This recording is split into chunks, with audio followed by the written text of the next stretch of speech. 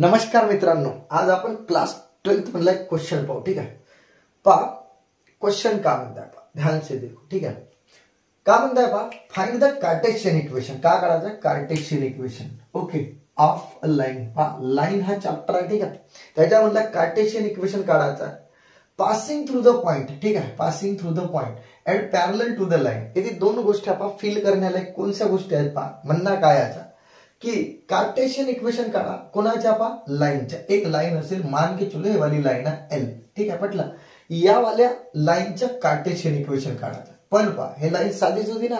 ठीक आहे, हे लाईन का म्हणतात? Passing through the point. म्हणजे हे जे लाईन आहे ना, एका पॉइंट मधून पास होत आहे. मान के चलो पहा इथं देऊनच आहे की जो पॉइंट देऊन आहे -1 आणि 2 मधून पास होत आहे. आणि हे जे लाईन आहे ज्याच्या कार्टेशियन इक्वेशन काढा ते लाईन ना, ते काय म्हणतात? पॅरलल टू द लाईन, एक दुसऱ्या लाईनला पॅरलल आहे. ठीक आहे, आणि हे लाईन पहा कशी आहे.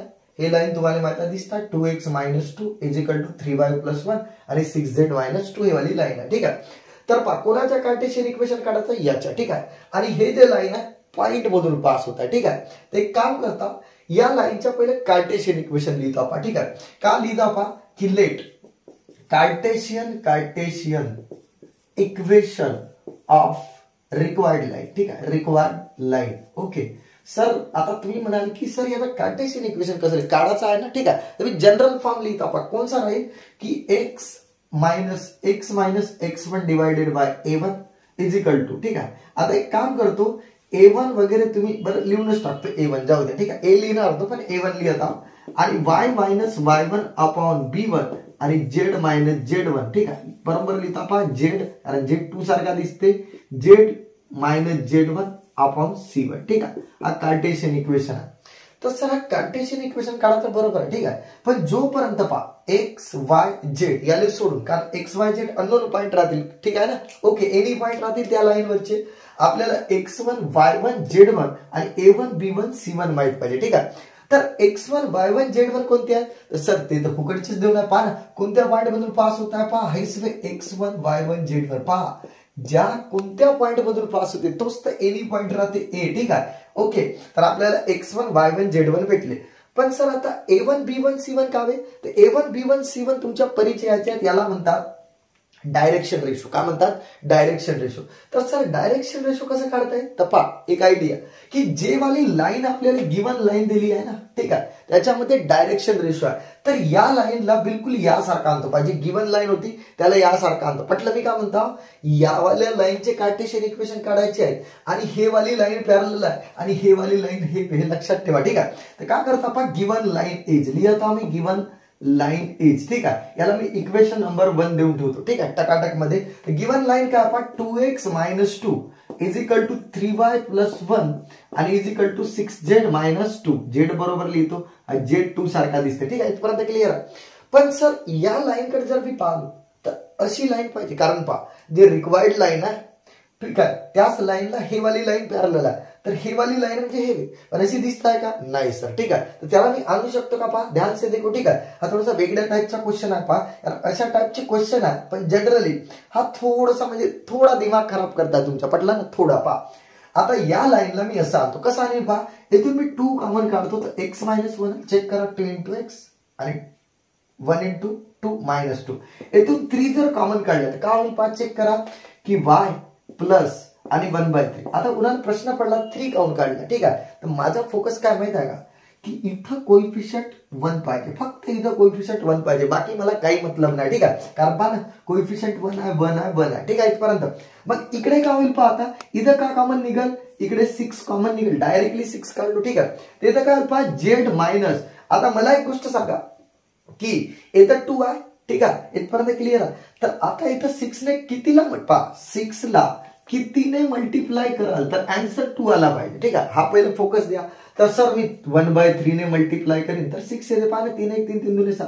म्हणजे चुपचाप मध्ये मी 1/3 लिहून टाकेन. समजले इथपर्यंत? पहा किती जबरदस्त काम आहे. ठीक आहे, आता काय करता पहा इकडे पहा सुनो एक बात. ठीक आहे, मला एक गोष्ट सांगा. आता थोडा मी एक काम करतो ना, हा वाला पार्ट मी इकडे तुम्हाला दिसल नाही दिसल, एक काम करतो, हा वाला पार्टच मिटवून टाकतो. ठीक आहे, एवढा पार्ट. ठीक आहे, बाकी तर आपल्याला माहिती आहे सोल्युशन कुठून सुरू झालं. ठीक आहे, ओके चल आता ध्यान से देखो काम याच्यामध्ये. ठीक आहे, मी काय करता होता का मी या x-1 ला तसंच ठेवतो आणि ध्यान से देखो का मी याला 1/2 लिहिलं चालेल?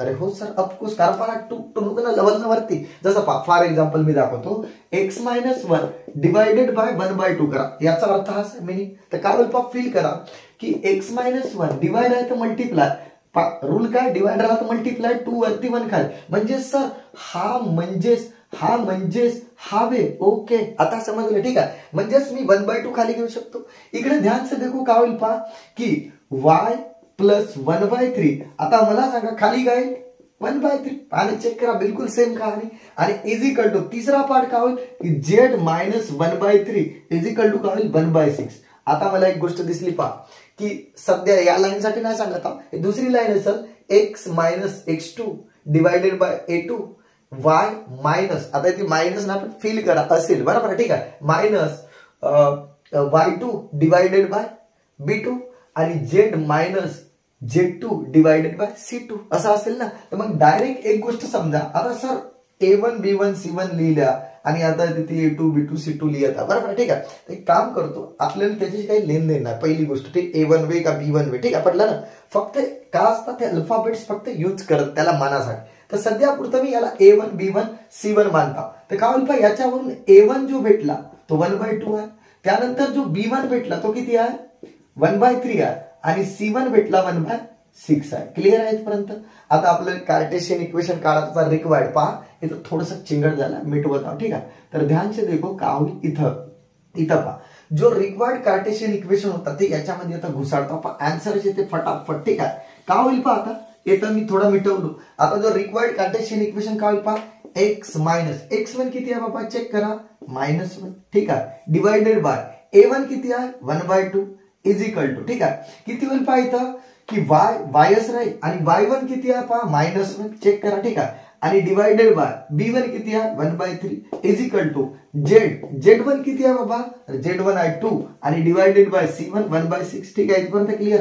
आता आपल्याला कार्टेशियन इक्वेशन पाहिजे तर पहा x plus 1 minus minus plus divided by 1/2 आणि काय होईल पहा y प्लस 1 म्हणजे मायनस मायनस प्लस आणि 1 आणि 1/3 आणि इकडे काय z मायनस 2 आणि इथे 1/6, ठीक आहे. आता आपण थोडंसं बढिया नाही वाटत आहे, ठीक आहे. इथं 1/2 आहे, 1/3 आहे, 1/6 आहे. मी एक काम करतो 1/6 ने मल्टिप्लाय करतो बोथ साइड, ठीक आहे. तर काय होईल पहा, इथं लिहित आहोत की multiply by 1/6 on both side केला तर काय होईल पहा, ध्यान से देखो, इथं जर 1/6 ने केल्या तर 2 1 जा 2 2 3 जा 6, म्हणजे आन्सर किती येत आहे पहा, इकडे लिहून घेतो पहा. आता याला मी मिटवून घेतो, जो आपला आन्सर होता फायनल तो इथे येत आहे पहा, किती राहील पहा, वाटलंच ना ते इकडे लिहा. काय होईल पहा, ध्यान से देखो काय होईल की बेय आणि इकडे पहा, इकडे 1/6 आहे बरं, 2 3 6 म्हणजे किती होईल x plus 1 divided by 3 is equal to, दुसरा काय होईल पाहिजे 1/6 ने जर मल्टिप्लाय केल्या, ठीक आहे, तर काय होईल 1/6 3 1 जा 3 3 2 जा 6 म्हणजे 2y प्लस 1, ठीक आहे, इथपर्यंत काढून घेतो. आणि तिसरा जो आहे ध्यान से देखो काय होईल, पुन्हा इथं 6 कटल ना 1/6 ने, म्हणजे काय होईल z मायनस 2 डिवायडेड बाय किती 1, ठीक आहे. तर विच इज रिक्वायर्ड इक्वेशन, ठीक आहे, विच इज काय रिक्वायर्ड इक्वेशन, कौन सा कार्टेशियन इक्वेशन. तर आपला आन्सर झाला, ठीक आहे. बाकी आपण ब्रेक के बाद पाहू.